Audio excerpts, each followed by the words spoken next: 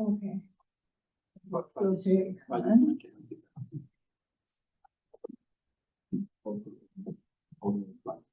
Okay. I'm not familiar with this mic, so please excuse me. So objectives, identify objective signs seen during the pediatric sleep studies, understand the role of sleep technologies during the overnight polysomnography. So why hearing disorder matter? Many pediatric sleep disorders are under-recognized because they occur late at night. Parents may report vague symptoms like restless sleep or strange behaviors. Sleep study with video helps differentiate parasomnias, epileptic events, movement disorders, and respiratory-related phenomena. So understand the role of the sleep technologies during the overnight polysomnography is very essential. So again, as I said, it's why hearing disorder matter. Recognize hearing pediatric sleep disorders. Identify objective signs seen during pediatric sleep studies. Understand the role of sleep technologies during the overnight polysomnography. Okay, as I said, events often occur after parents are asleep. Symptoms may be misinterpreted as behavioral issues. Overlap between neurologic and sleep disorders. So, overnight sleep study with the video is crucial for the differentiation. So, parasomnias, we can say there are non-REM parasomnias. As the name arises from the slow wave sleep, typically first third of the night, and the REM-related parasomnias, which obviously occurs during the REM sleep. So non-REM parasomnias, first we can say confusional arousals, sleepwalking, or sleep terrors. So confusional arousals. What are the things we can see? Confusion after partial awakening, disorientation, slow responses, minimal movement, little or no memory afterwards. So when we see something like there's an arousal and kid is not sleeping, we need to go as a technologist. We need to go inside the room and see. Try to talk to them whether they are aware of why they are waking or whether they remember what happened. All those things we can ask. And walking on complex behaviors during the sleep. Blank stare, sometimes they don't walk but they just stare. Difficult to awaken. It's very difficult for those kids to be awakened. Possible injury risk of, obviously they might fall or something. And sleep terrors or night terrors. Sudden screaming or intense fear, rapid heart rate and sweating, appears terrified, usually no memory after the episode. So clinical behaviors of non-REM parasomnias. So sudden arousal from the deep sleep. They're sleeping in a deep sleep. In delta waves we can see, but sudden arousal we see. Sitting up abruptly in bed, confused or disoriented behaviors, crying, screaming or shouting, sleepwalking or wandering, thrashing, kicking or defensive movements they show, and blank stare or unresponsiveness to verbal cues. And autonomic activation, we can see like tachycardia or rapid breathing or sweating. So here is one of the video that I got it from our study. Try to play that.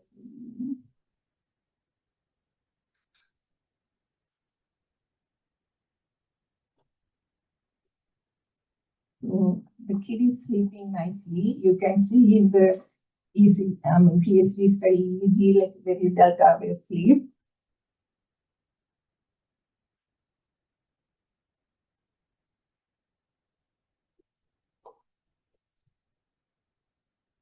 It's sleeping. So sudden abrupt arousal and then wake. This is how the kid behaves.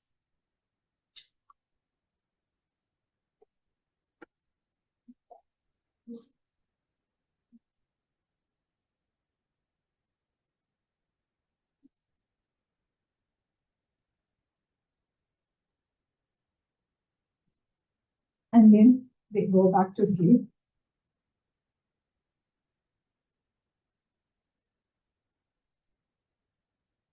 So this is one of the episodes that we found the kid is crying like a robot cop and crying. And PSC or physiologic finding, abrupt arousal from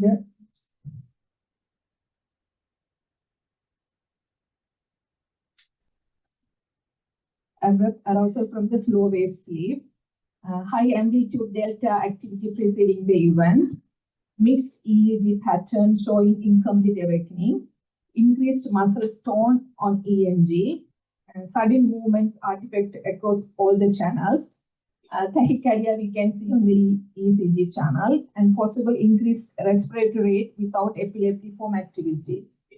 And you can see the sweat artifact as well because they sweat.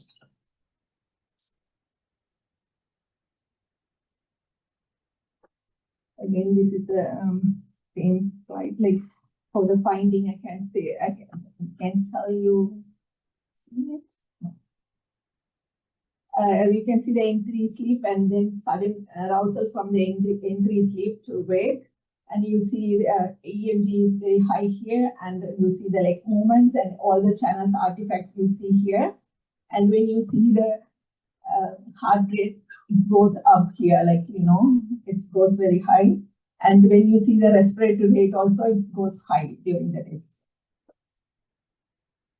So this is the mixed EEG pattern. You see the F1, F3 and F4 show you the delta waves, whereas O1 shows the alpha waves. So this is a mixed EEG pattern you see.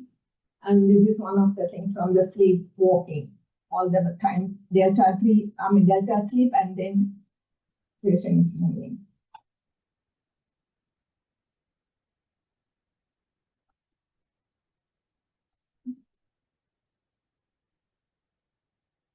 So video monitor finding, what we can see in the video monitor findings, like purposeful but inappropriate behaviors, attempt to leave the bed or room, non-responsiveness during the episode, little or no recall after awakening that we need to go inside, and when we try to talk to them, we can find out that.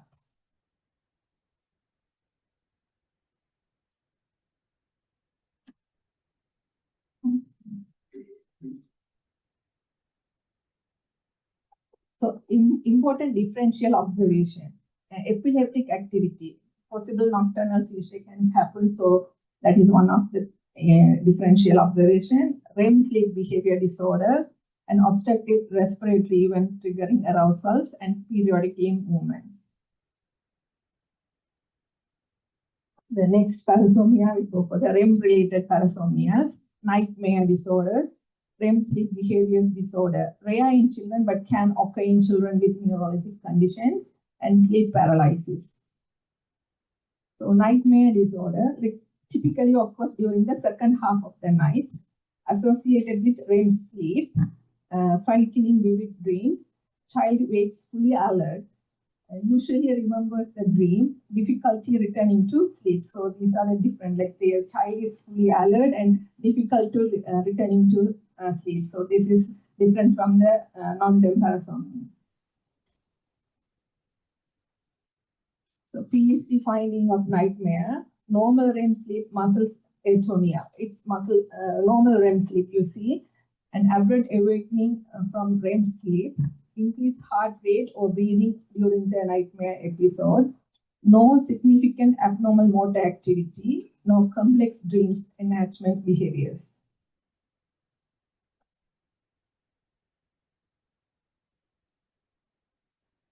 So REM sleep behavior disorder, acting out dreams, punching, kicking, talking, or yelling during the sleep, dreams, enactment behaviors happen, and risk of injuries.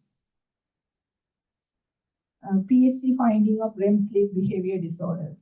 REM sleep without atonia, we will see, and increased chin EMG tone during the REM sleep, excessive phasic muscles activity in limb EMG channels, vocalization or complex motor behaviors during the REM sleep, dream enactment behaviors captured on video.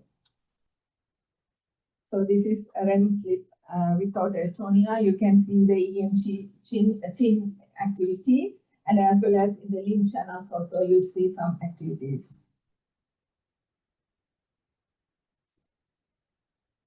Sleep paralysis. Sleep paralysis occurs when brain wakes up from the REM sleep, but body remains temporarily paralyzed. Common in adolescents, temporarily inability to move or speak when falling asleep or waking, awareness preserved, so they are aware of it, may include hallucination or fear. PhD finding of sleep paralysis. Typical PhD finding can include sleep onset REM periods, so REM periods, but sometimes fragmented REM sleep, that is more common. That's what whenever from the wake from the REM sleep and then go back to sleep REM and again so that you get the paralysis. And persistent of REM atonia into wakefulness, normal EEG awareness during the inability to move, no epileptic activity. What sleep technologists observe? During the polysomnography, technologists may see REM sleep with abnormal movements, vocalization during REM, loss of chin EMG atonia in REM behavioral disorders, abrupt awakening after nightmares. So here the difference between REM and non-REM parasomnias. So REM parasomnias obviously occurs during the REM sleep, and non-REM parasomnias occurs entry deep sleep. Time of the night, REM happens second half of the night, but non-REM parasomnias first third of the night. Dream recall in REM, it's very common, but non-REM, no or rare. Awareness after event, alert on awakening in REM parasomnia, but non-REM confused or disoriented.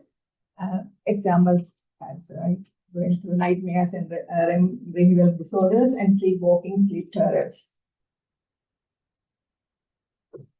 The next one is periodic limb movement disorders. The characteristic, repetitive stereotype limb movements, 0.5 to 10 seconds in duration, 5 to 9 second interval. The first start of the first movement to the start of the second movement, at least 5 seconds or maximum 90-second interval should be there. And PLMA index is greater than or equal to 5 per hour, abnormal in children. So what the sleep technologists observe during the night? So repetitive leg jerks, movements predominantly in non-REM sleep, EEG arousals associated with limb movements, sleep fragmentation, and associated tachycardia following the movements. So this is one of the TLMDs that we found. So you can see all the things like they meet the criteria, like more than 5 seconds and less than 10 seconds in duration, and interval is more than 5 and less than 90 seconds. And you can see some are associated with arousal, but not every moment. And when you see the heart rate here, it rises here, like increased heart rate. Usually we see the sinus arrhythmia, but here you can see still the heart rate goes up here with all the movements. This is the limb movement in wake period. So clinical significance of PLMD. In children, PLMD may be associated with hyperactivity or ADHD-like behaviors, poor school performance, behavioral dysregulations, mood disturbance, restless sleep reported by parents. Clinical significance. PLMD commonly coexists with restless leg syndrome, obstructive sleep apnea, iron deficiency, narcolepsy, chronic kidney disease, neurologic disorders. The other one is central sleep apnea. So PHC finding can be absence of airflow, absence of respiratory effort, but it's little different from the adult in children, like greater than or equal 20 seconds or greater than equal to breath with desaturation or arousal. We can consider that as a sleep, central sleep apnea, may cluster during the REM sleep. This is the central sleep apnea. So here is one of the cluster central sleep apnea, central apnea in the REM sleep. And there are some central forces also that is common in children, but if it is more than, but it's better to document that. And periodic breathing also we notice here. Causes of central apnea in children: prematurity, hearing malformation, brainstem lesions, neuromuscular disorders, post-surgical states, or idiopathic. What sleep technologies observe? Central apnea shows no thoracoabdominal effort or bells. In infants, short central pauses may be physiologic. However, recurrent events with desaturation or arousals are pathologic. Carefully distinguish true central events from artifact. Nocturnal seizures versus parasomnias. Diagnostic challenges. Both may present with abnormal movements. Both may occur during non-REM sleep. Video with the sleep study correlations essential. Seizures versus parasomnia comparison. So sleep state. Nocturnal seizures can happen any stage, often N1, N2, but non-REM parasomnias increase low wave sleep. And timing anytime overnight. This is first third of the night non-REM parasomnias. Onset like nocturnal seizures sudden. Non-REM parasomnia confused arousal. Nocturnal seizures is very brief period, less than 2 minutes, but non-REM parasomnias can occur long episodes. Behaviors like nocturnal, this is important, like stereotype repetitive movements you can see, but in non-REM parasomnias, complex behaviors. Responsiveness, unresponsive in nocturnal, but in non-REM parasomnias, partial responsiveness will be there. Recall, usually nocturnal seizures, usually amnesia, but non-REM parasomnias, little or no recall. EEG, you will see in nocturnal seizures, epileptiform activity, possible spiky wave, sometimes you see, but in non-REM parasomnias, no epileptiform activities. Autonomic signs sometimes present in nocturnal seizures, but in non-REM parasomnias, very common. Post-ictal confusion will be there in the nocturnal seizures, rapid return to sleep in non-REM parasomnias. This is the spiky wave pattern you see. Role of the sleep technologies: continuous overnight vigilance, recognition of abnormal motor patterns, ensuring EEG signal quality, which is challenging in kids but very important. Event marking and documentation, communication with the physician. This is one of the clinical case example. Patient 7-year-old male, referral reason, behavioral concern, inattention, poor school performance. History shows previously labeled as possible attention deficit hyperactivity disorder, restless sleep parents report, no witness apneas, normal BMI, mild snoring described as quiet, no significant medical history, no enlarged tonsils or pre-exam. Sleep architecture shows prolonged sleep latency, increased N1 sleep, reduced REM percentage for the age, frequent spontaneous and respiratory-related arousals, sleep fragmentation index elevated. So the teaching point here, children often present with sleep fragmentation rather than dramatic oxygen desaturation. EEG or arousal finding, brief 3 to 5 second cortical arousals, increased cyclic alternative pattern, REM instability, no epileptiform discharges. Technologist work here. Many pediatric respiratory events terminate in subtle EEG shift without large desaturations. Respiratory channel finding. Airflow or nasal pressure transducers was flat in inspiratory waveform. Prolonged inspiratory phases. Flow limitation without greater than 3% of desaturations or arousals. So we cannot call them as a hypopnea, but respiratory effort belt, increasing paradoxical breathing, progressive rise in effort prior to arousals. Pulse oximetry shows baseline 97 to 98%, rare drops to 94 to 95%, no classic repetitive desaturation pattern.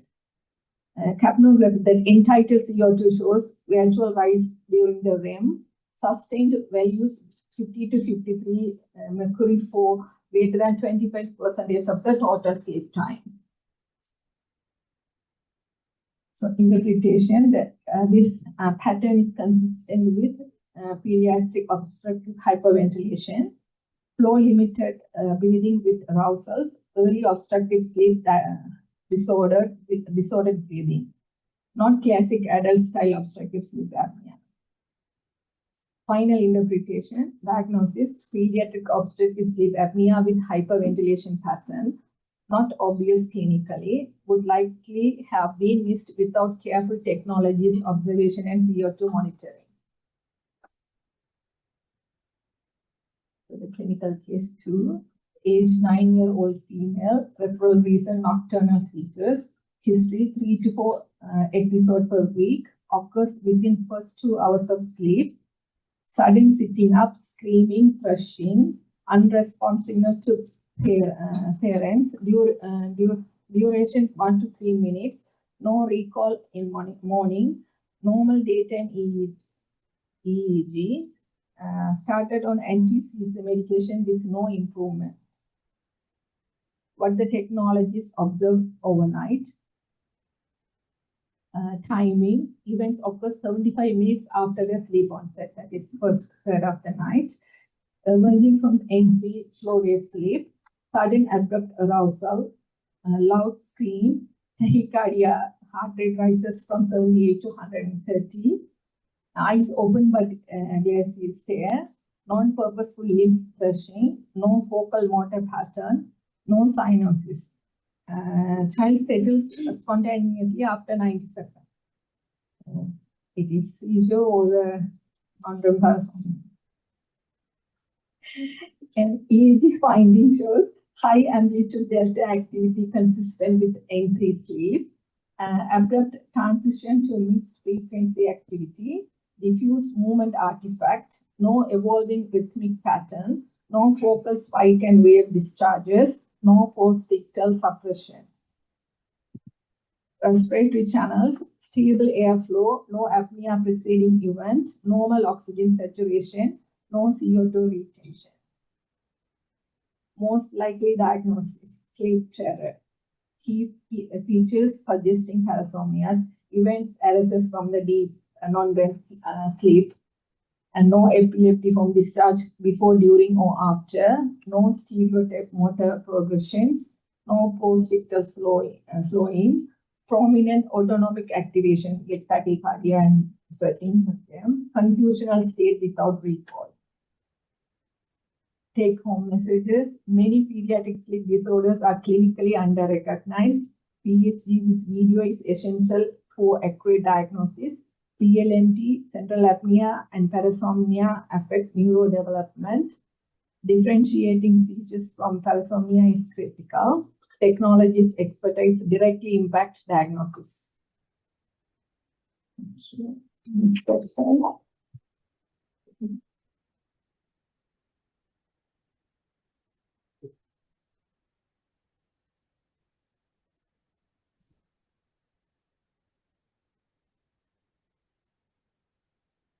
Question from the audience? While you think, I'll ask you for myself. You know, overnight when these types of events happen with children, what is your approach? You know, what is the protocol?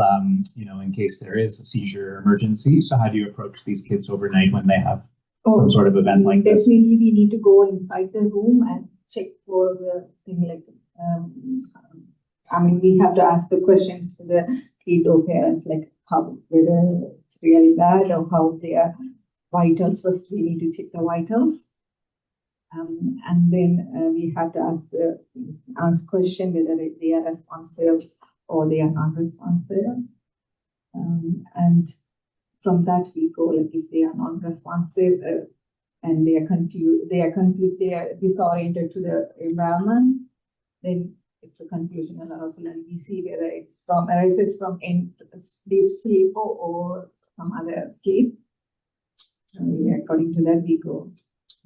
I probably would add you call me at night. Yeah. So So if there's major concerns. And we see, then we obviously Exactly, yeah. who is the on-call department. From online, someone is asking, what are the characteristics of dream enhancement behaviors on video that suggests a kid is in dream enhancement? And do we see any specific stereotypic behavior during this event? So what do we see with dream enhancement behavior on video? Usually, I think we don't see any stereotypical movement during that. But we can see other pushing or pulling the electrodes. Those kind of movements we can see, but not stereotypical. Yeah, I think if you're getting into dream enactment and REM behavior, shouting or yeah, we tend to see more sort of vocalizing. complex movements, but not rhythmic or stereotypic. That would be more concerning for seizure. And we usually have EEG at the time, and so they may be in REM sleep or not have spikes or anything like that. So I think hopefully that answers the question from online. Any questions from the audience? Or any others from online? Yeah. For pediatric, for scoring of the pediatric case dealing with seizure times, we find a lot of spikes. So generally, so we should comment on about this or not? We need to comment definitely, but most of the time they are artifacts. So we need to first, we have to differentiate that, like whether it is ECG artifact, sometimes they correlate with the ECG or if not. If not, we need to notify that to the doctor. If it is very clear a spike, do we need to specific to which channel? Yeah, we have a lot of channels. We need to do that at what time and what stage of sleep and which channel it is prominent. All these things we have to document. Yeah, thank you. I think sometimes you are able to score even kids have removed the electrode from head. You looked at the snorings and some bells.